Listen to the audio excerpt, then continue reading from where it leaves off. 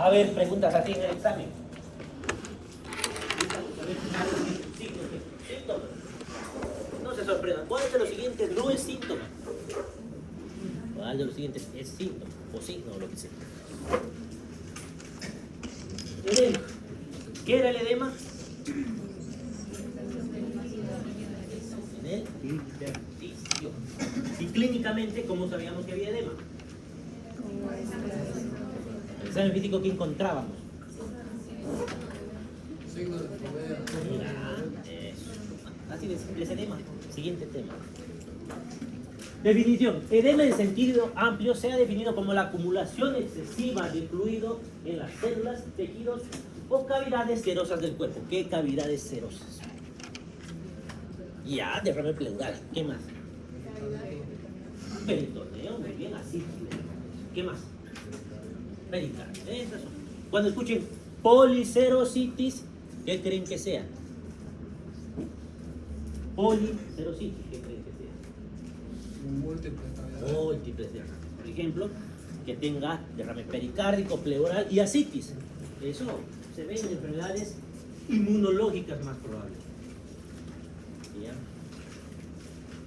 Edema clínico es el cual se puede percibir y diagnosticar mediante el examen físico.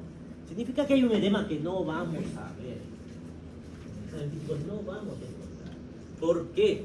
Porque el edema es la acumulación de líquido en el intersticio. Pero ¿cuántos litros de líquido tiene que haber para que se pueda evidenciar el edema? Con 10 ml no va a haber edema, o no se va a ver todavía. ¿Cuánto tiene que ser? No, más. Casi. Menos. 4.5 litros. ¿Por qué es importante saber? Porque estamos hablando de que hay un exceso muy importante de líquido. Ahí recién van a ver edema grado 1, una cruz, que es lo mínimo que van a encontrar, pero ya sabemos que hay 4.5 litros por encima. Puede ser un signo que exprese una alteración trivial. ¿Qué significa que sea trivial? Porque no es importante, ¿no? Como por ejemplo, ¿qué? ¿Han tenido edema alguna vez en la vida ustedes? Seguro. ¿Nunca se les han hinchado los pies? ¿Se me han hinchado los pies? Es edema. ¿Ah? La regla, por ejemplo, la menstruación, algunas notas se les hinchan con los pies, sienten que el zapato les queda un poquito más apretado. ¿Cuándo más? Ustedes no va a ser tan común. Cuando los pacientes de la altura vienen, allá no. Suelen hincharse de los pies. ¿Y en el embarazo? En el embarazo también, pero ese ya no es tan trivial. Ya, lo trivial es que, ¿y qué va a pasar con ese edema? ¿Cuál es la característica? Que apareció y de la nada desaparece, sin traer ninguna complicación. Unos días está y luego desaparece. Pero también puede ser una enfermedad grave. Ya hemos mencionado otra vez fisiopatología incluida y todo.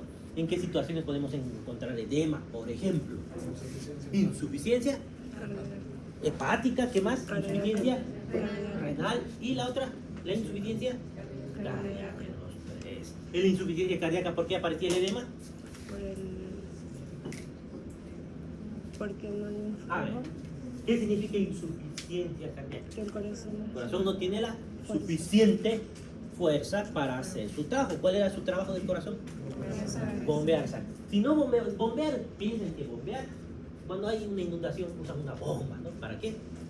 Para sacar esa sangre. Entonces, ahí el concepto va a ser mucho más sencillo. No estoy pudiendo sacar de dónde. No se olviden que el corazón está dividido en dos corazones, básicamente. ¿Qué corazón? Izquierdo y el derecho. O sea, yo solo tengo un corazón, pero están divididos. El corazón derecho es aurícula y ventrículo derecho. Corazón izquierdo, aurícula y ventrículo izquierdo.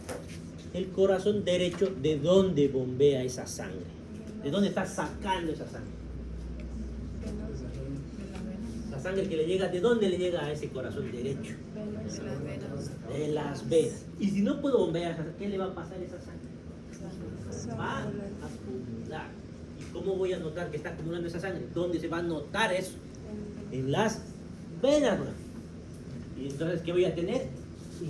Acumular. Y si tengo acumulación de sangre en las venas, ¿qué va a pasar en esas venas con la presión hidrostática? ¿Ah? Si tengo mucho líquido en esa cavidad, la presión hidrostática está elevada. Si tengo aumento de presión hidrostática, ¿va a haber? No se olviden que no son herméticos. haber edema. Entonces la causa de la insuficiencia cardíaca es por aumento de la presión hidrostática. Y si el agua está en mi corazón izquierdo, ¿qué va a pasar? ¿De dónde bombea la sangre el corazón izquierdo? ¿De dónde le llega la sangre al corazón izquierdo? Pulmón. Entonces, ¿qué va a pasar si no puedo bombear esa sangre? ¿Dónde va a haber el edema? Pulmón. Y si tengo edema en el pulmón, ¿qué significa edema en el pulmón? Que mi intersticio se va a llenar de líquidos y por tanto va a ser más grueso. ¿Más grueso qué? ¿Para qué sirve el pulmón? ¿Para meter? Ay. ¿Y ese aire cuánto por ciento de oxígeno tiene? ¿Cuánto por ciento de oxígeno hay en el aire? Más. 17. Vale. 21.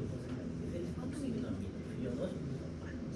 ¿Por qué tenemos que saber eso? Porque cuando les ponen oxígeno por mascarilla, por bigotera, están aumentando esa FiO2, fracción de oxígeno inspirada. En vez de 21, le están poniendo 30, 40 o 100%. Es malo, el oxígeno es malo. ¿Por qué? Es tóxico el oxígeno. Pero si vivimos con oxígeno, ¿qué hace el oxígeno? De malo en el cuerpo. O sea, bueno porque nos hace funcionar, pero ¿y el exceso qué va a provocar? ¿Cuál es el desecho del oxígeno?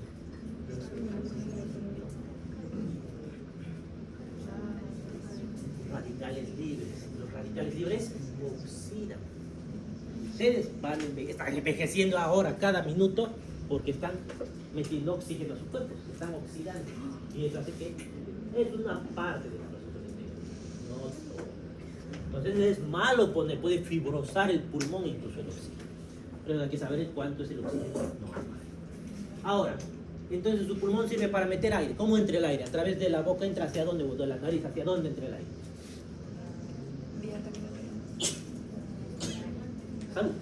De ahí, ¿a dónde pasa la tráquea? ¿De la tráquea? Bronquios. ¿Los bronquios hacen intercambio gaseoso? No. ¿Y de ahí a dónde va? Y en los alvéolos, ¿cómo se hace el intercambio gaseoso? La membrana alveolar tiene un grosor. Y si hay edema en esa membrana alveolar, ¿qué va a pasar? La distancia entre el oxígeno y mi capilar va a ser más amplia. Y por tanto, ese intercambio de gases va a ser más dificultoso, más pobre. Y por tanto, si no puedo intercambiar gases, ¿qué me va a pasar? ¿Qué sensación voy a tener?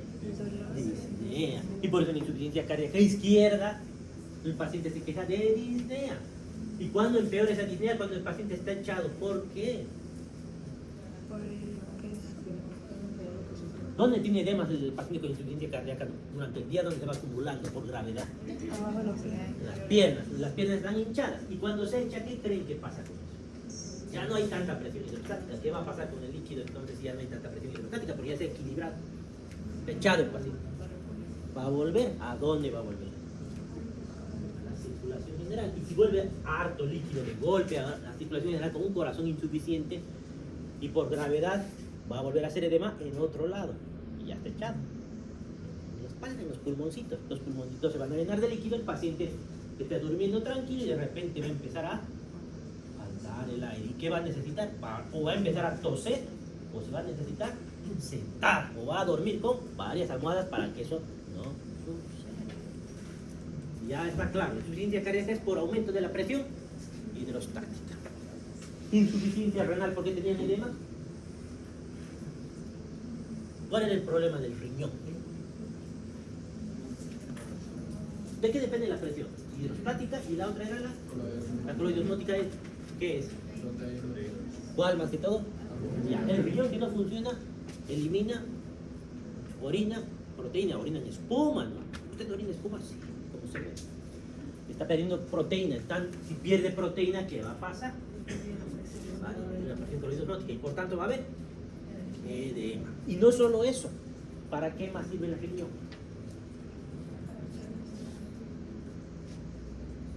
¿Qué más? ¿Qué hace? Para... ¿Qué hacen con sus riñoncitos? ¿Y el cable? Orina. Y si no funciona su riñón, ¿qué no van a poder hacer? No van a poder orinar. Y si no orinan, ¿qué pasa con ese líquido? ¿Se está reteniendo? Y si se retiene, va a aumentar la presión. Y por tanto va a haber edema por dos vías. Y no solamente eso, ¿qué más hay en el riñón? El eje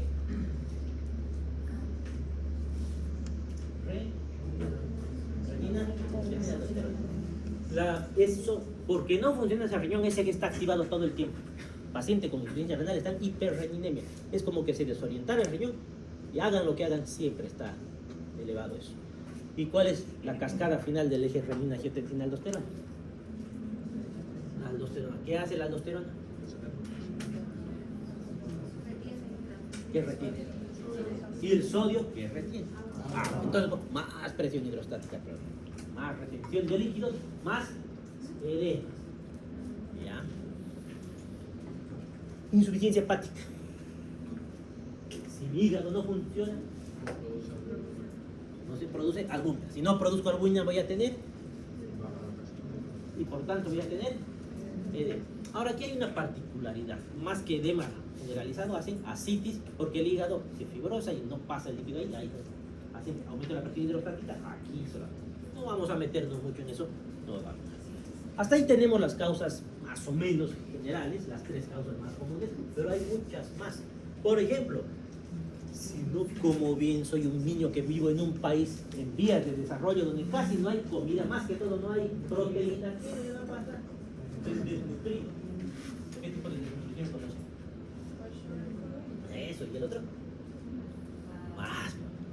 Ahora no me acuerdo cuál era cuál, sinceramente. Pero si pierden, si no tienen proteína porque no comen, ¿cómo van a estar esos niños? No edema.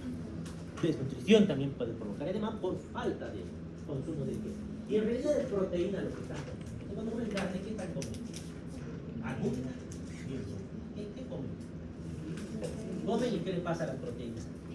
¿Entran enteritas? No se absorben las proteínas. Absorber. ¿Qué es lo que absorbemos entonces? Aminoácidos. En realidad están metiendo los ladrillos de las proteínas, o sea, los aminoácidos que van a conformar. ¿Quién tiene que convertir esos aminoácidos? ¿Qué más? A ver, en general, los edemas pueden ser localizados o generalizados. ¿Qué significa eso? ¿Qué significa que esté localizado? En alguna parte del cuerpo, por ejemplo, en una pierna, en un brazo, no sé, en mi cara, no sé, en alguna parte solamente, o generalizado, que esté en todo lado. Cuando son generalizados, ¿dónde van a ser más evidentes primero? En los miembros inferiores, en general. En la insuficiencia renal no tanto, es más generalizado. Pero en general, miembros inferiores. Y tienen que ser simétricos o asimétricos. Simétricos, así que eso. Semiología, el examen de la piel y el tejido celular subcutáneo como parte de un examen físico ordenado debe incluir la búsqueda especial del edema en sitios donde es más posible encontrar de forma primaria. ¿Dónde va a ser más fácil encontrar el edema? ¿En la cabeza? ¿Dónde va a ser? En los pies primero. De ahí va a ir subiendo. Entonces primero busquen los pies. En estos sitios en los que existe un plano rígido, y es más, no solamente del pie. A ver, si voy a buscar en la pierna, ¿qué tengo que buscar para encontrar el edema? Voy a apretar la piel. ¿Dónde? Cerca de una superficie dura, donde yo pueda apretar sobre la superficie dura y quede ahí. Bueno, para presionar esa. ¿Y dónde es esa parte dura? La cara anterior de la tibia. Eso, y en la cara interna, ¿no? Anterior, interna, eso. Bien. Entonces, ¿qué se llama ese hueco? Impronta o signo de la fobia, ¿no? O fobea. O poder. La magnitud del edema puede medirse por el grado de depresión, o sea, qué tan grande es el hueco y cuánto tiempo tarda en rellenarse. Porque si es un líquido que está ahí y al apretar, ¿qué va a pasar con el líquido? Se va a hacer a un lado, le va a quedar un hueco. ¿Y qué le va a pasar cuando yo suelte? Se va a rellenar, se tiene que rellenar. Ahí vamos a ver la magnitud del edema. Existe también edemas de causas generales que tienden a manifestarse en zonas que no son de declive. El caso de que no tenga proteínas, el caso del síndrome nefrótico. Por eso los pacientes con síndrome nefrótico amanecen con la cara hinchada, los párpados, zonas muy delgadas, se llenan de edema primero. Es característico en nuestros pacientes que amanezcan así. En los cardíacos, ¿en qué momento del día es mayor el edema? En la noche, porque han caminado y todo el día lo que han estado caminando, la gravedad hace que sea más evidente en los miembros inferiores. Y ese edema va a ser blando en ambas situaciones.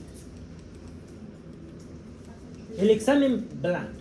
El examen propiamente dicho comprende, además de la búsqueda del signo de Godet o fobia, el estudio de sus características semiológicas intrínsecas, como distribución corporal, en qué parte del cuerpo está ese edema, visualización del color, porque el color de la piel será que cambia con el edema. Y ahí vamos a ver que no solamente estas cosas que hemos mencionado producen edema. ¿Conocen la tetrada de Celsius? ¿Cuándo aparece la tetrada de Celsius? Cuando hay inflamación. Y consiste en dolor, calor, rubor y... A ver, rubor, dolor, calor, tumor ya me han dicho. A ver, rumor, dolor, calor. Falta entonces. ¿Cuál falta? Impotencia funcional que puede haber. Impotencia funcional. Esa es impotencia funcional, que no puede mover. Ya, eso es la tetrada. ¿Sí? Pero, a ver, ¿y por qué estuviera rojo un edema? Estamos viendo que está inflamado. ¿Por qué se puede inflamar una pierna, por ejemplo? Una infección o un dolor. Entonces, si es una infección, si es un trauma, ¿qué color va a estar la piel? Sí, va a estar caliente. ¿Y por qué se inflama en este caso? ¿Por qué hay edema en este caso? No es por la albúmina. La inflamación, el trauma, la infección, ¿qué van a provocar? Vasodilatación. Y esa vasodilatación va a terminar provocando edema localizado. Y si está rojizo eso, tengan cuidado. ¿Por qué? ¿Cómo van a hacer su examen físico? A ver, ¿a qué sabe? No. ¿Qué van a hacer? Guantes. Bioseguridad. ¿Por qué? Si es infeccioso, ¿qué está pasando ahí? Hay una infección, una bacteria. ¿Y qué pasa si tocan eso sin cuidado? Van a llevar la infección a cualquier otro lado, a su boca, a sus ojos, donde sea. Se van a llevar la infección porque ya he visto que se la han llevado. ¿Por qué los internos? Porque no se han lavado las manos. Y de todas maneras, cada que ven un paciente se tienen que lavar las manos. Y si ven 10 pacientes, al final se lavan las manos. Ah, ya. ¿Por qué? ¿Por qué? Porque no nos gusta ahorrar. No, ¿por qué? Porque pueden llevar la infección de un paciente a otro. Y los pacientes que están internados, ¿qué problema tienen en general todos? Están inmunodeprimidos, por algo están ahí. Su misma enfermedad. Nos vemos el color de la piel, la temperatura, toca, si está caliente, seguramente, y es asimétrico, seguramente es infeccioso o es inflamatorio. Inflamatorio no solamente de un golpe, por ejemplo, una artritis, puede ser una inflamación porque el sistema autoinmune está dañando esa articulación. Ejemplo, la gota. La artritis. Aspecto de la piel, si está blanda, si se ve con puntitos como naranja, como piel de la naranja, por ejemplo, que aparece en el cáncer de mama. Coexistencia de dolor, hallazgo de patología cutánea en la misma zona, como en este caso, fíjense, es asimétrico, esta es una pierna roja, es seguramente infeccioso. Y si encima sale un líquido, es más seguro que sea infeccioso. Y si ese líquido es amarillo, ¿qué será? ¿Qué bacteria será? Amarillo, saturación amarilla. ¿Ah? No. Biógenes, más o menos. Biógenes es más que estoy hablando. Estreptococcus biógenes, estoy hablando de pus, blanco, pus. Y si es amarillo, estafilococo. Y si es verde, Pseudomonas aeruginosa. Ya. ¿Qué más? Ritmo de su aparición y su magnitud. ¿A qué hora del día es más evidente? ¿Qué tanto es? ¿Se pierde en el momento? Si se vincula con cambios de posición, de movimiento. Si es duro, si es blando. Asociación de su aparición con algún evento externo, como medicación, alimentación o picadura. ¿De qué estamos hablando? Comió, no sé, pescado, no, comió, digamos, un fruto marino, una ostra y se infló como un globito. ¿Qué le ha pasado? Le está faltando el aire. Es una reacción anafiláctica, alergia, ¿no? ¿Qué hacen las reacciones anafilácticas? Vasodilatación. Y hay algo que se llama el choque anafiláctico. ¿Qué será el estado de choque? ¿Saben qué es estado de choque? Shock. En el libro no sé por qué les encanta el shock. En inglés. ¿Qué es el estado de choque? Choque cardiogénico, choque séptico, choque anafiláctico. ¿Qué es el estado de choque? El estado de mala perfusión, porque hay vasodilatación, cae la presión, el paciente puede morir. ¿Qué le vamos a hacer a una reacción anafiláctica de cura? Les digo porque les puede pasar en cualquier momento. Ya uno de mis alumnos ha entrado en reacción anafiláctica un día, que le dije que iba a tener, pero no me hizo caso. Corticoide, adrenalina, pueden usar adrenalina incluso en el extremo, o corticoide le ponen si es leve, si es muy extremo y le falta el aire, adrenalina subcutánea, le ponen media ampolla y resuelve. El problema es hacerlo, porque a veces pierden el tiempo y el paciente se ahoga. Concomidancia con de su existencia con síntomas o signos de enfermedad o situaciones fisiológicas, como que está con menstruación y se le están hinchando los pies, pues es eso, es diario. No, que me han hinchado los pies, mira, no a todas las mujeres se les hinchan los pies, pero puede pasar. Clasificación según los grados de su magnitud, grado 1, 2, 3, 4. Grado 1, apretan y hay un pequeño godet y además desaparece instantáneamente, como que ponen y desaparece al rato, a los pocos segundos. Grado 1. Grado 2 ya no es tan pequeño, ya hasta 4 milímetros de profundidad y tarda 15 segundos en rellenar este grado. Grado 3, 6 milímetros y hasta 1 minuto en rellenar. Grado 4, 1 centímetro de profundidad y hasta 5 minutos puede tardar en rellenar. Estos son los grados. Y esto se pone con crucecitas, suelen poner aquí. Una cruz, 2 cruces, 3 cruces, 4 cruces. Cruces. Y estos sí los toman como grados. Y ahí le ponen grado 1, 2 cruces. Grado 2, 3 cruces. No sé. Esto no está en tu libro. Les voy a preguntar el examen. Les dije, no, algunas cosas no van a estar y les voy a preguntar. Les estoy diciendo. Grado 1, cuando le dé mal, llega hasta los tobillos. Grado 2, al tercio medio de la pierna. Grado 3, hasta la rodilla. Grado 4, hasta los genitales. Y si es todo el cuerpo, le decimos anasarca. Ante un paciente con edema generalizado, además del examen físico, conviene realizar de forma rutinaria registros del peso del paciente. ¿Por qué? Todos los días le voy a... Sí, pero más que estar reteniendo, porque lo está reteniendo, ¿qué le vamos a hacer si está hinchado con edema? ¿Qué le vamos a dar de tratamiento? ¿Qué solución le voy a dar? Diurético. ¿El diurético para qué sirve? Para orinar harto. Entonces voy a eliminar el líquido. Entonces le voy a pesar todos los días para saber si mi diurético funciona. Porque por ahí no funciona. Medición de la diuresis en 24 horas. ¿Eso qué significa? ¿Cuánto? Le voy a dar un patito y de ese patito a una jarrita y me va a decir, sumando, cuánto orina en 24 horas. ¿Para qué? También para saber si mi diurético está funcionando. ¿Cuánto es la diuresis normal?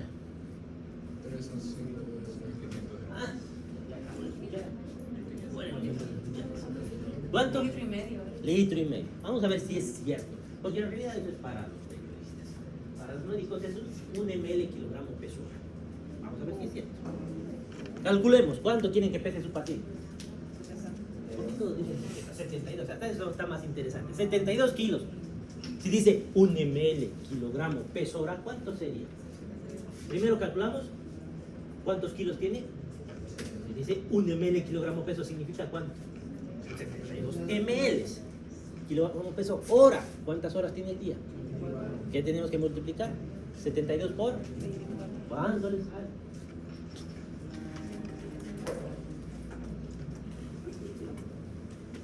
Calculadora, ¿no? Ahí ya, se parece a los 1500, se parece. Y si es una mujer que pesa 40 kilos, a ver, 40 por... ¿40 por cuánto es?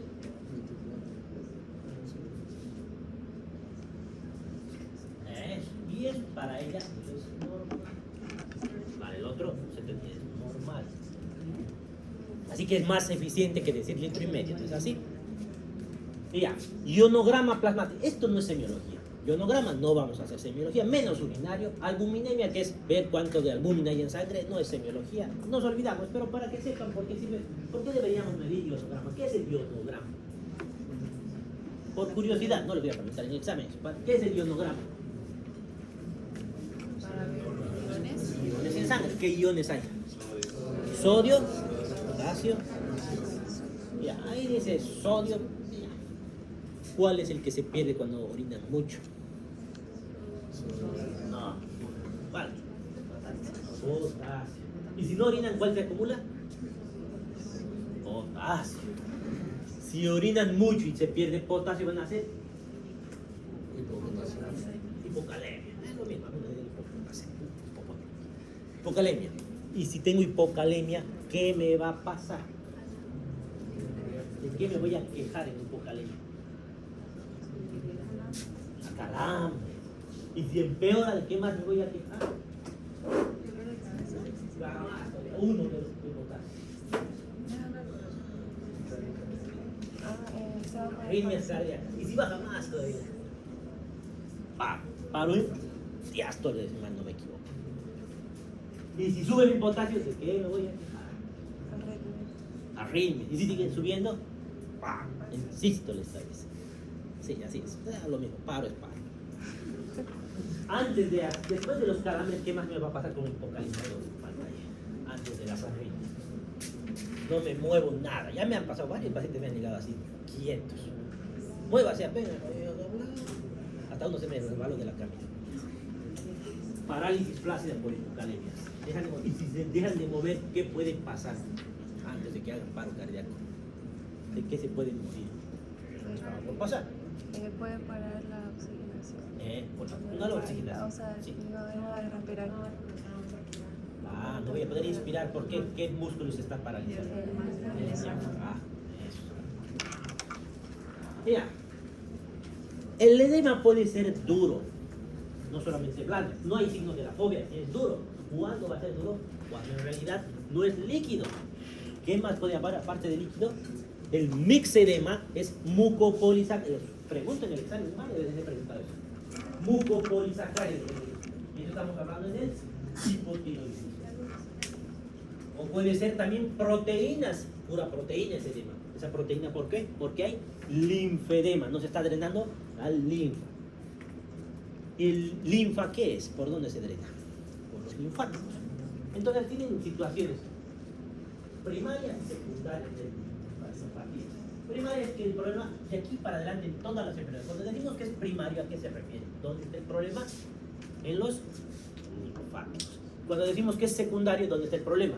En otro lado, pero va a afectar a los linfáticos. En todas las enfermedades es lo mismo. El problema o es en ese lugar o es en otro lugar, pero ese otro lugar afecta. Primario, ¿qué sería? Por ejemplo, congénito, de que no tenga la suficiente cantidad de linfáticos, o que mis linfáticos estén muy obliterados, o que estén frágiles y se dañen, se rompan. Y puede haber linfedema. Un ejemplo de eso es la linfantiasis. Y la secundaria, tengo alguna otra cosa que me está provocando problemas en mis linfáticos. ¿Cómo qué? Una parásito. ¿Cuál? Filariasis. ¿Producida por qué parásito? Ahí van a ver la linfantiasis. Ahí está justo. Enfoque diagnóstico del paciente con edema. En la mayoría de las consultas en las que el edema es el signo inicial, este tiene como localización preferente los miembros inferiores por gravedad. Y en esta localización resulta importante el análisis según su presentación, sea simétrico o asimétrico, para ver la causa, porque si es asimétrico, seguramente el problema es inflamatorio, infeccioso o finalmente un problema linfático. Y si es bilateral, entonces asumo más que es un problema generalizado, insuficiencia cardíaca, insuficiencia renal, una cirrosis. La presencia del edema en un solo miembro debe orientar, no debe mentir, debe orientar hacia una patología venosa, inflamatoria o traumática. Edemas venosos agudos. ¿Por qué puedo tener de causa venosa el edema? ¿Qué puede pasar? Que la circulación venosa se tape, esté tranquilo, porque puede trancarse la circulación venosa, que puede tapar una vena. Un coágulo, que le llamamos un trombo. ¿Y por qué pueden haber trombos en una vena? ¿Es normal tener trombos? ¿Por qué pueden aparecer? Una de las causas, la más común, por las varices. ¿Por qué en las varices van a aparecer trombos? Eso. ¿Y por qué esa dilatación de las válvulas hace que la sangre no circule de la forma adecuada y se coagule? ¿En qué momento va a ser más peligroso si mi paciente no se mueve? Porque cuando se mueve, ¿cómo hace para movilizarse la sangre? Si yo camino, aunque tenga varices, Contracción de los músculos. Los músculos, como que entre comillas ordena esas venas y hace que recorran. Por eso esos pacientes en el avión, ¿qué hacen? Que tienen varices, todo el tiempo están caminando para evitar eso. Por eso en quirófano, ¿por qué no se pueden mover en quirófano? Porque están anestesiados, ya sea general o local, están quietitos. Si es un paciente obeso, pues muy mayor, y está quietito, le puede pasar un coágulo, y ese coágulo puede soltarse. Y si se suelta un coágulo de una pierna, ¿qué le puede pasar a ese paciente? ¿A dónde se va a ir ese coágulo? ¿A la cerebro? No. ¿A dónde se va a ir? ¿A dónde? ¿Y del corazón a dónde? El corazón no le va a pasar nada.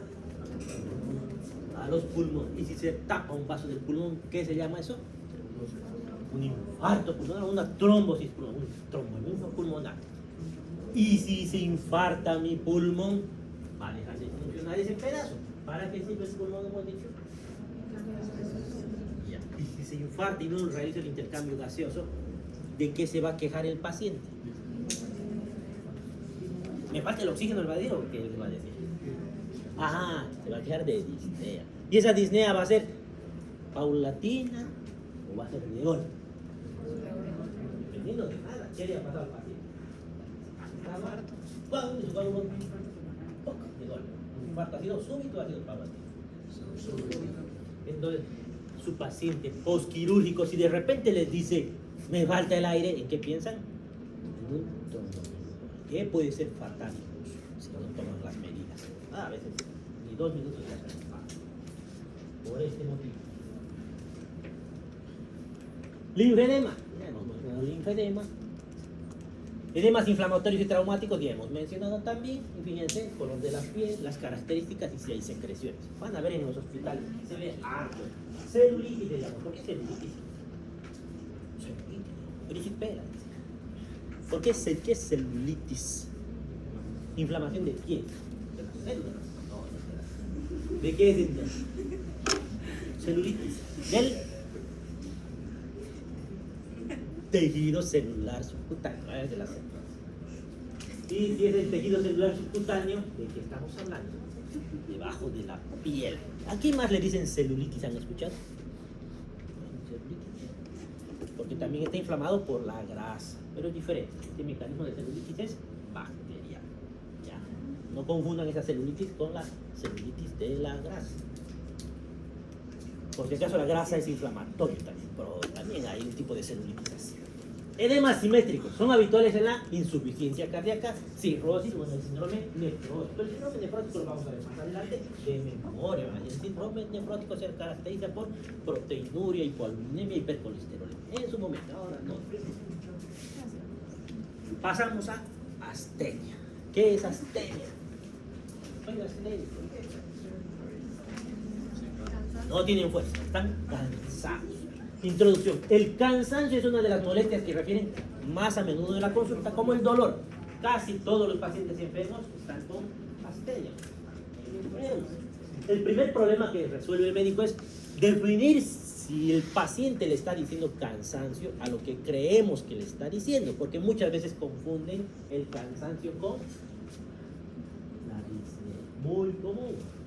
Y aquí viene la descripción de cansancio en cuanto a la condición. Es subjetiva, no es algo que podemos darnos cuenta si es cierto o no. El paciente nos dice estoy cansado, vamos a ver si es cierto o no. Es complejo y mal localizado porque muchas cosas pueden producir cansancio, como una gripe, un resfriado, un paludismo, un cáncer, una diabetes, muchas cosas. Y tenemos otro término que es la fatiga. Ya que hay que diferenciar la fatiga de la astenia. ¿Qué es fatiga? Disminución de la capacidad funcional de un nervio, de un órgano o de un aparato del organismo, pero como consecuencia de su excesiva actividad previa. Ejemplo, si van al gimnasio y hacen mucho trabajo en su gimnasio, ¿qué les va a pasar? Van a tener fatiga muscular. Cualquier cosa del cuerpo que eso va a provocar fatiga, pero ha habido una actividad. No puede haber fatiga de la nada. Malinterpretada muchas veces por los pacientes como disnea. Estoy fatigado, le dicen que les falta. Así que tienen que estar seguros a qué le están diciendo fatiga a los pacientes. El término médico dispone de un mejor término para describir al cansancio anormal, que viene de astenia. A es sin, stenos fuerza, sin fuerza. Entonces, ¿cuál va a ser la diferencia entre astenia y fatiga? Astenia es que no tengo fuerzas después de haber no he hecho nada, pero igual no tengo fuerzas. En cambio, fatiga, he hecho alguna actividad que haga que me faltan las fuerzas. Entonces, esa es la diferencia. Con o sin actividad previa. La astenia es un síntoma complejo que abarca simultáneamente físico y lo psíquico. También puede sentirse sin ganas, a pesar de que no haya ningún problema físico. Puede ser psíquico. Todas las personas han tenido astenia en algún momento. Ejemplo, en las infecciones comunes como el resfriado. Causa muchas cosas, pueden provocar astenia. Y hay algo más que creo que no está en su libro, no sé si está, adinamia. Porque decimos astenia y adinamia. ¿Adinamia qué significaría?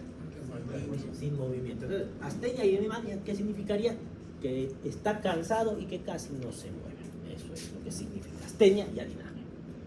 Las infecciones son causa frecuente de astenia. Ejemplo, la tuberculosis. Pero si pienso en tuberculosis, ¿qué más debería fijarme en mi paciente aparte de que está con astenia?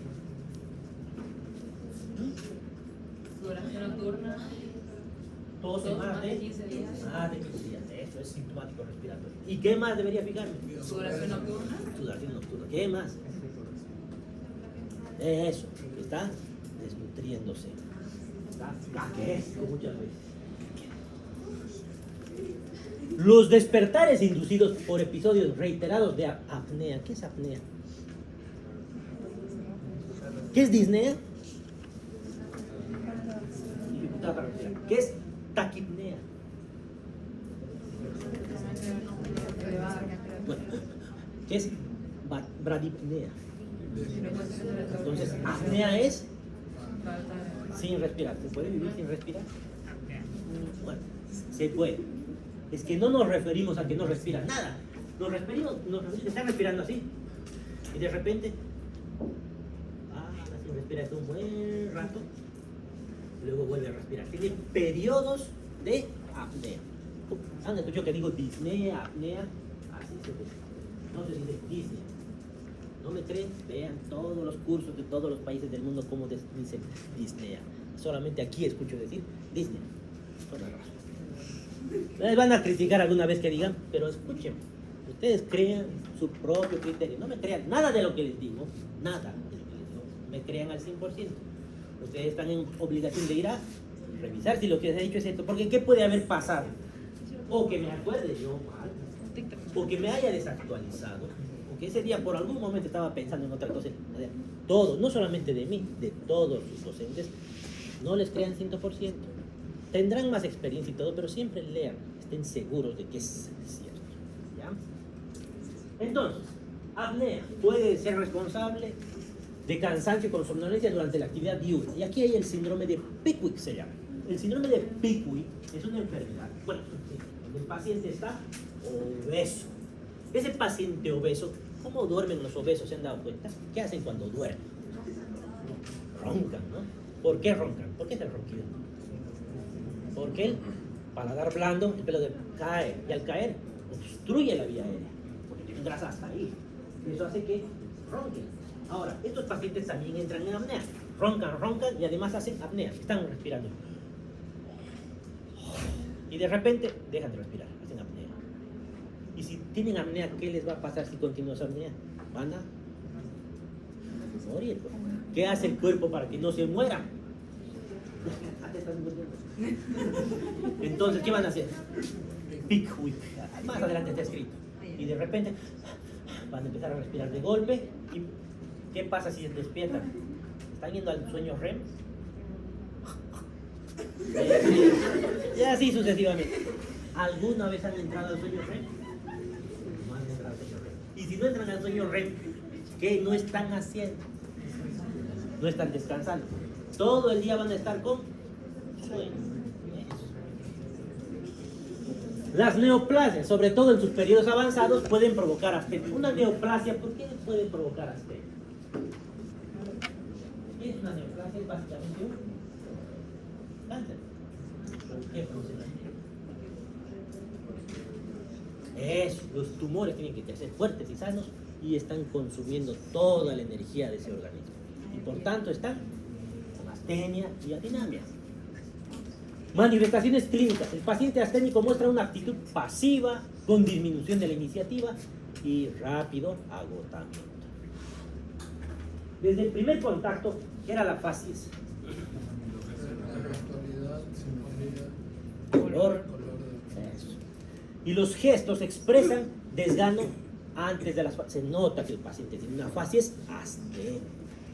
El examen sistemático por aparato puede evidenciar el resultado más o menos normal, porque puede ser que en su examen físico no encuentren nada más que la facies asténica. Puede pasar. O por el contrario, el paciente puede estar con astenia y aparte tener incluso caquexia. Y hemos dicho caquexia, astenia y todo el demás de 2 semanas pensamos en tuberculosis. Si no hay tos, puedo pensar en una neoplasia. A estos signos y síntomas generales e inespecíficos en algunos casos suman otros cuya interpretación correcta puede conducir al diagnóstico de su enfermedad.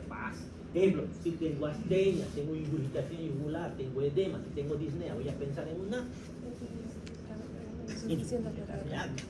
Si tengo ascitis, tengo edemas, tengo esplenomegalia y tengo astenia, voy a pensar en una cirrosis hepática.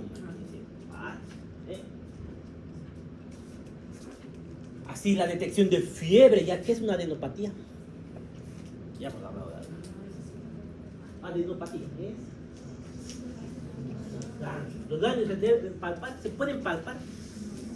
Se deben buscar. ¿Se pueden palpar? No se pueden. A no ser que estén inflamados o infartados. Y si están inflamados, ¿qué está pasando? Probable que haya una neoplasia. Entonces, si tengo ganglios palpables en múltiples regiones, tengo fiebre, lo más probable es que sea la astenia a causa de una infección viral, en este caso mononucleosis infecciosa.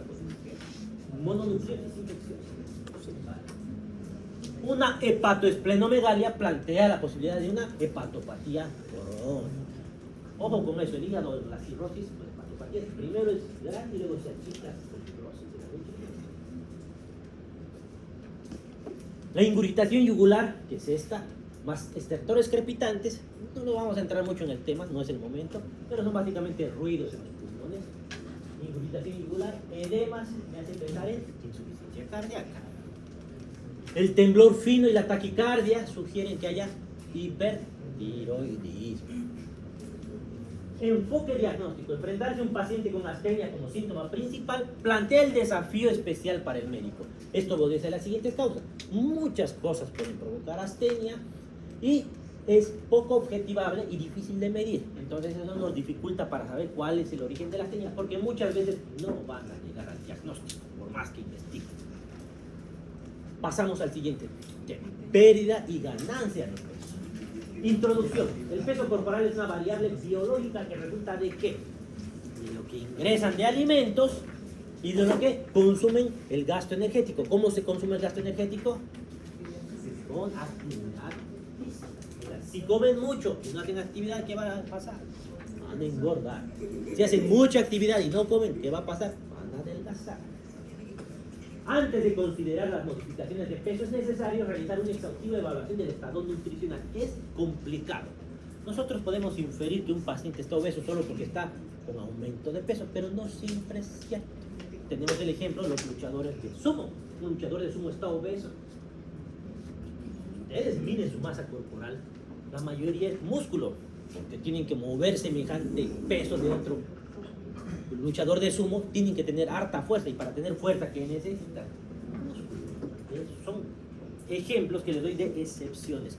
Así que no es tan fácil decidir si un paciente está desnutrido, si está obeso, solo por el peso y la talla.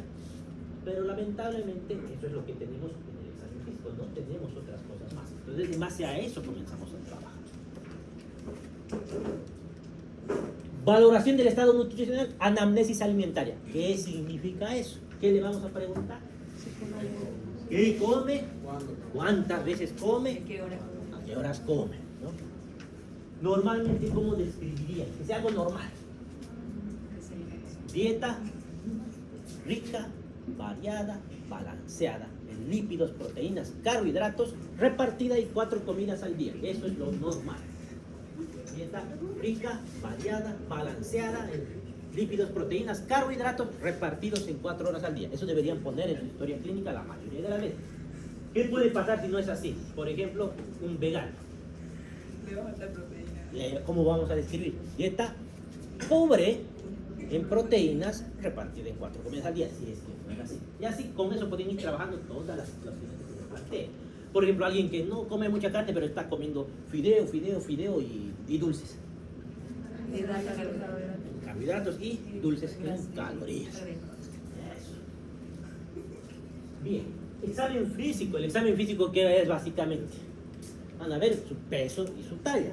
Y aparte de eso, medidas antropométricas que debería estar aquí. Que vamos a medir, ¿qué? Su cintura, sus muñecas, sus caderas, índice cadera-cintura. Exámenes de laboratorio, estado de la inmunidad. ¿Eso vamos a ver en semiología? No, eso no es semiología. Pero ¿qué se ve ahí básicamente? Cómo están sus proteínas, por ejemplo, su hemoglobina. Cómo están sus inmunoglobulinas. ¿Qué inmunoglobulinas tienen? ¿Cuántas son? ¿Cuáles?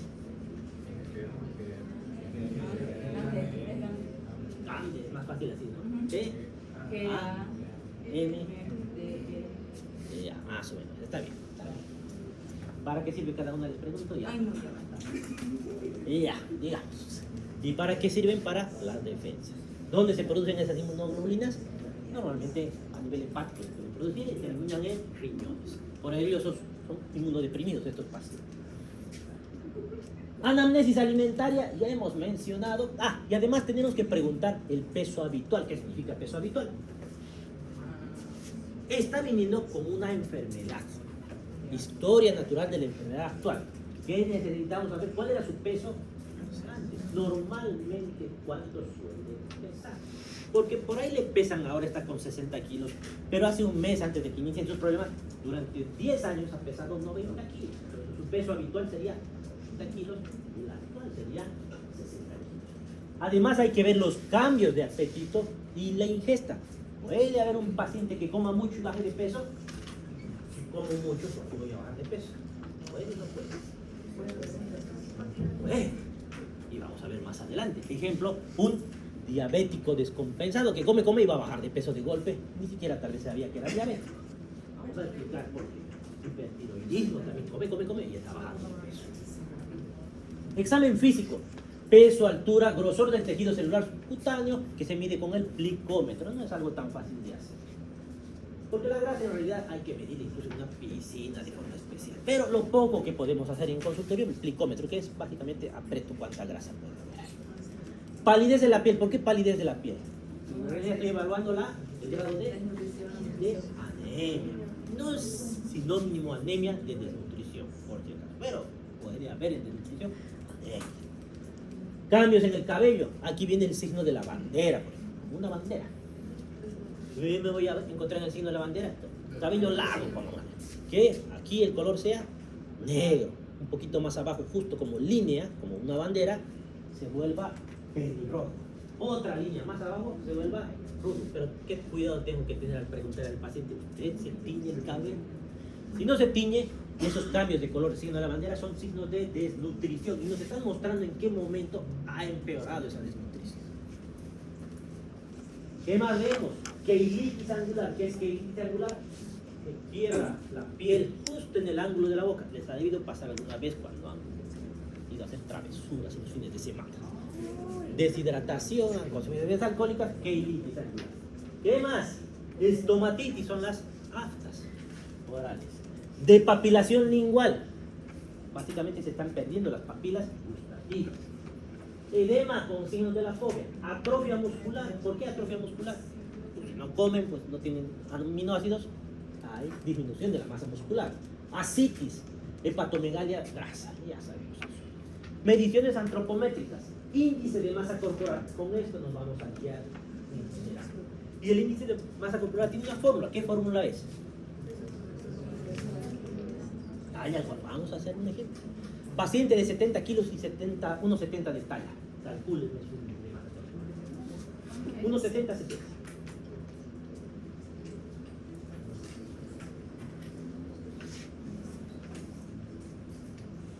¿Cuánto había aquí?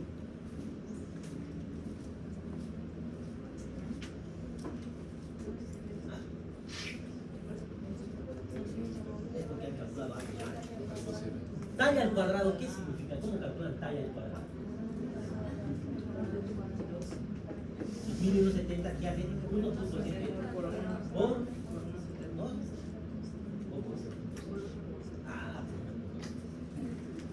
Eso.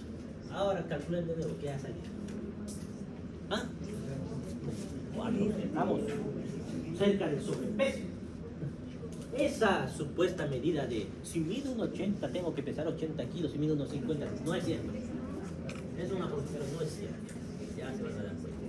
Esto voy a preguntar en el examen. La fórmula. No le voy a hacer calcular porque no soy tan inocente para sacar su calculadora en el examen. ¿Cuánto es el índice de masa corporal normal? De 18.5 a 24.9. Y ahí tenemos. Normal, 18.5 a 24.99. No, ya exageran ellos, pero ya, 24.9. De 25 a 29.9 es sobrepeso. De 30 a 34.9 es obesidad clase 1. 35 a 39, clase 2. Salud. Mayor a 40, obesidad mórbida. 3.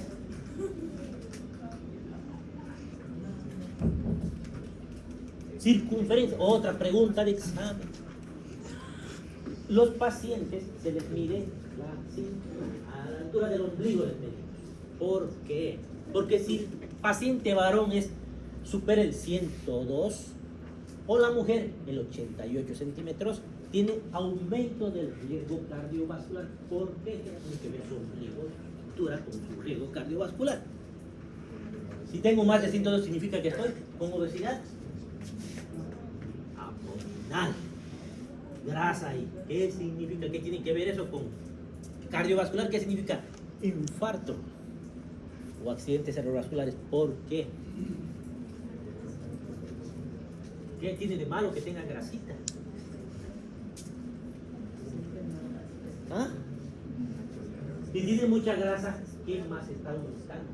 ¿Dónde se está yendo esa grasa? Al corazón. ¿Y ahí puedo formar qué?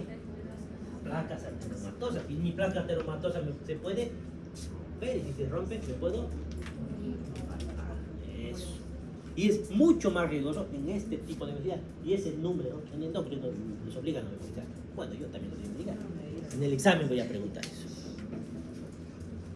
Pliegues cutáneos, se mide con el plicómetro. No es muy común. Paciente con pérdida de peso. ¿Qué pasa? ¿Cómo se van a dar cuenta que el paciente está perdiendo de peso? Porque ustedes no lo han visto antes, ¿no? Y a veces el paciente no se da cuenta del paciente. Está feliz, eso, le queda grande su cinturón, hay que ver dónde estaban sus agujeros del cinturón y los va moviendo. Y hay un detalle, la pérdida de peso es el descenso del 10% del peso corporal estable en un año sin que exista voluntad de hacer. Constituye un motivo de consulta común al médico, especialmente en pacientes con edad avanzada que se asocia a enfermedades graves como el cáncer. Anamnesis. Los pacientes con causa de pérdida de peso tienden a ojo con esto, ellos minimizan, porque para la gente mientras menos pesa es mucho mejor, ¿no?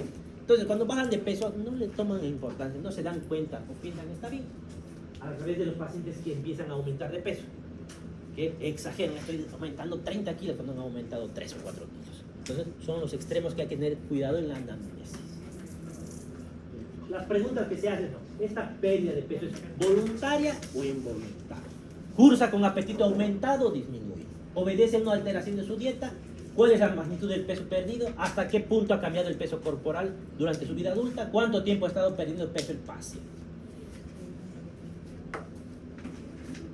Y aquí tenemos otro ejemplo. ¿La dieta sirve para bajar de peso? ¿No comer sirve para bajar de peso? ¿Qué hace dejar de comer? No, también, pero hace otra cosa. Hace subir de peso. Les digo porque veo que siempre están haciendo dieta para bajar de peso y en realidad suben de peso. ¿Por qué?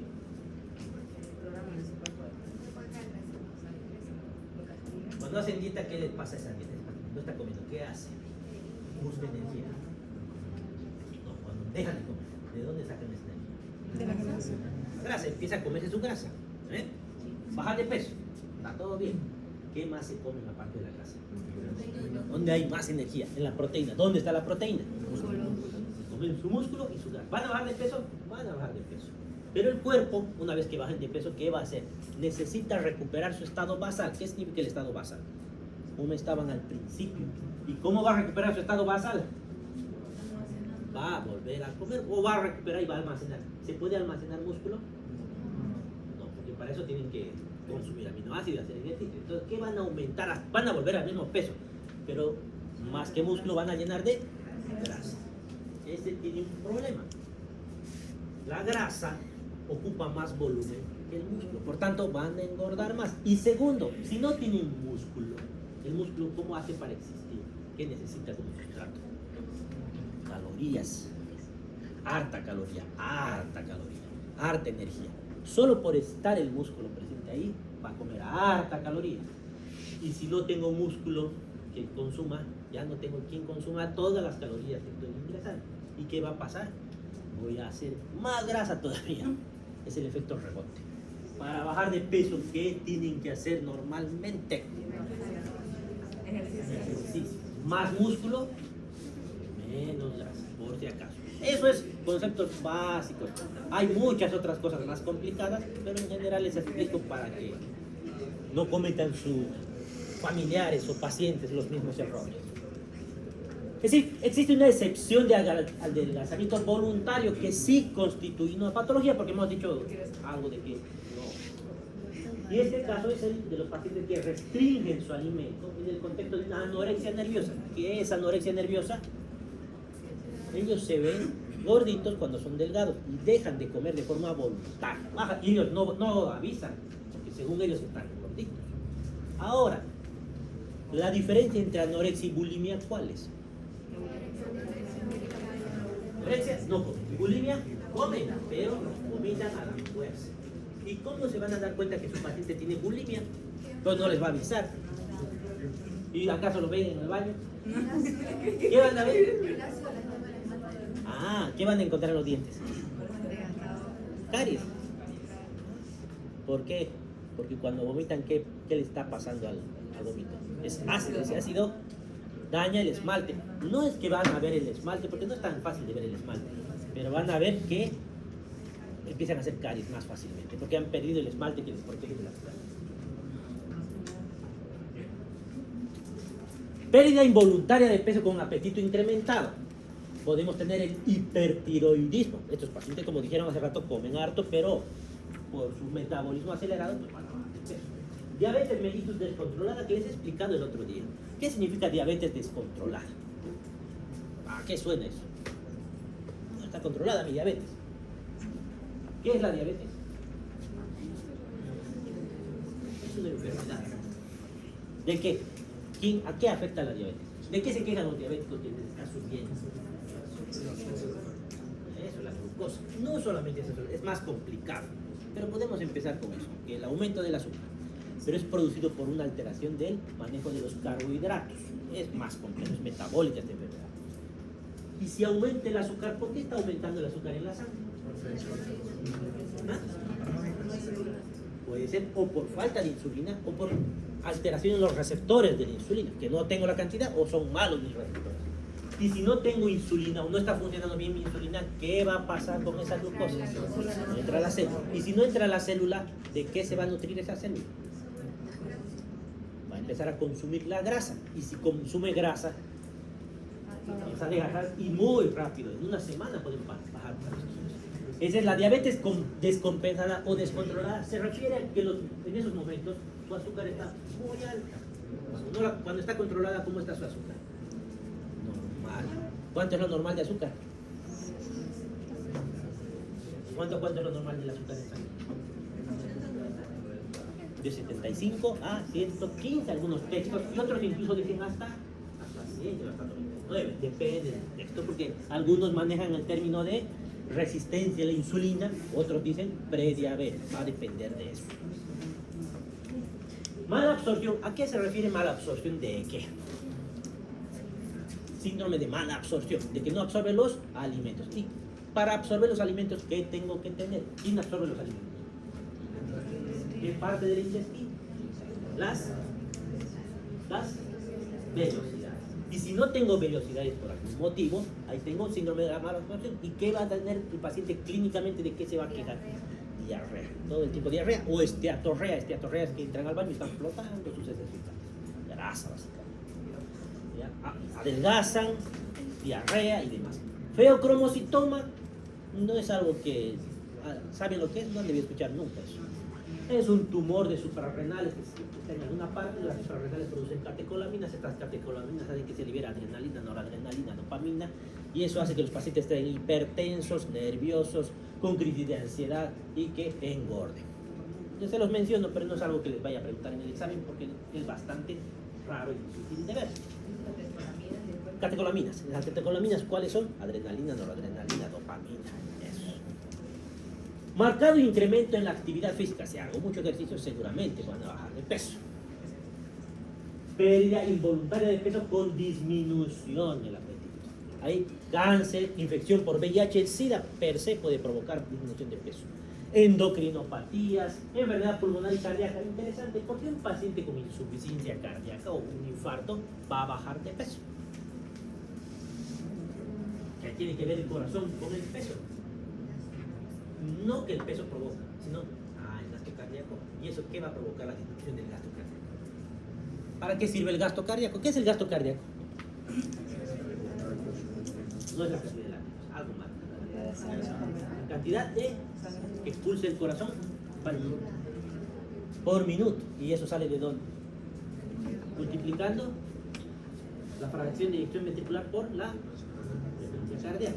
Ahora, si mi corazón es insuficiente, si mi fracción de eyección ventricular baja, seguramente mi gasto cardíaco disminuirá. Y el gasto cardíaco llega sangre en un minuto. ¿Y esa sangre para qué sirve? ¿Qué lleva al cuerpo? Oxígeno. Y si tengo poco oxígeno disponible por mi insuficiencia cardíaca, ¿de qué se nutre el músculo? No solamente de albúmina, de calorías, también necesita oxígeno para hacer todos estos procesos. Poco oxígeno, con seguridad va a haber desnutrición. Enfermedades pulmonares, lo mismo. Si tengo una fibrosis pulmonar, un EPOC, y no estoy pudiendo oxigenar, me va a pasar lo mismo. Voy a comenzar a bajar de peso. Enfermedades gastrointestinales, ya las hemos mencionado. Depresión y otros trastornos psiquiátricos, abuso de sustancias y medicaciones. Examen físico. Se realiza un examen físico meticuloso, exhaustivo, haciendo énfasis en medidas antropométricas. ¿Qué eran las medidas antropométricas? Cintura, cadera, índice cadera-cintura, muñecas. ¿Por qué muñecas? ¿Qué tiene que ver? ¿Acaso uno es gordito con las muñecas? ¿O es flaquito con las muñecas? ¿Qué es la muñeca? ¿Qué tiene que ver? El grosor de su hueso. Porque depende del hueso, eso estamos hablando de la contextura. No esperen que alguien que tenga los huesos delgados sea gordo. ¿Ya? Tiene que ver mucho el peso ahí. Por eso su índice de masa corporal no es tan eficiente, por este tipo de cosas. ¿Ya? El examen de la piel y las faneras, palpación de tiroides, búsqueda de neuropatías, hepatosplenomegalia y palpación mama. Ahora, el otro extremo, paciente con aumento de peso. Definición. Se define como obesidad todo incremento en el porcentaje de tejido adiposo corporal y que a menudo se asocia con aumento de peso. El aumento debe ser mayor al 25% de masa grasa en el hombre y 30% en mujeres. ¿Por qué más en las mujeres que en los hombres? Prejuicios. Ah, pero ¿por qué? ¿Para qué? Porque para la gestación. Para la gestación. Eso. Esa es la respuesta. Necesitan acumular energía para la gestación. Etiopatogenia. El aumento de peso puede suceder a expensas de agua, masa magra o masa grasa. ¿Qué era masa magra? Diagnóstico. A través del índice de masa corporal. Clasificación. Esta clasificación. Tipo 1, 2, 3, 4. Tipo 1. Ha aumentado en todo el cuerpo de forma generalizada grasa. Tipo 2 es central o androide. Es más que todo en la región tronco abdominal. Tronco, pechos, abdomen, todo. Tipo 3, que es la más peligrosa, solamente en la parte abdominal. Tipo 4, ginecoide, en las caderas y los muslos. Anamnesis, le van a preguntar edad, estilo de vida, privación de sueño, porque en el PICUI también es una de las causas. Cesación de fumar, relaciones sociales, factores psicológicos y la dieta. Obesidad neuroendocrina, producida por obesidad hipotalámica. El síndrome de Cushing. ¿Qué es síndrome de Cushing? Han debido escuchar. En este caso, ¿cómo se va a ver el paciente? La cara de fases de luna llena. ¿Qué más? Obesidad troncular. ¿Qué significa troncular? El tronco. Tórax, abdomen estén gorditos y las extremidades delgadas. ¿Qué más? Aparezcan estrías violáceas. Síndrome de hipotiroidismo. No le echen la culpa al hipotiroidismo. Más de 10% no es hipotiroidismo, es otra cosa. Síndrome de ovario poliquístico. Hormona del crecimiento, alteración de la hormona del crecimiento también. Trastornos genéticos y congénitos. Toda la evidencia científica sugiere la existencia de factores genéticos en obesidad. Si los padres son obesos, con seguridad los hijos lo van a hacer. Aunque no se vean obesos en este momento, lo van a hacer. Y tenemos obligación de decirles que no aumenten de peso. ¿Por qué? ¿Qué va a pasar si aumentan de peso y sus padres son obesos? Una de las cosas que pueden llegar a tener es, ¿qué enfermedad? Diabetes. ¿La diabetes tiene cura o no tiene cura? ¿He escuchado que tiene cura o no tiene cura? No tiene cura. Evidentemente se están trabajando algunas cosas como el trasplante de páncreas, pero bueno, en general no tiene cura. Y hay algo que se llama resistencia a la insulina. Hay un momento donde se puede evitar llegar a la diabetes, que si no se trabaja bien, el paciente sigue aumentando de peso, va a ser diabético. Y una vez que sea diabético no hay vuelta atrás. Eso es lo que hay que cuidar. Factores étnicos y socioeconómicos. La obesidad es más prevalente en grupos socioeconómicos más bajos, pero si no tienen dinero para comprar comida por tiempo, la comida más barata es la fast food, grasosa, no se cuida mucho en esa comida. Y llena menos, o sea, llena más, pero tiene menos proteína, tiene menos... Etnia, los latinos tienen la obesidad como características.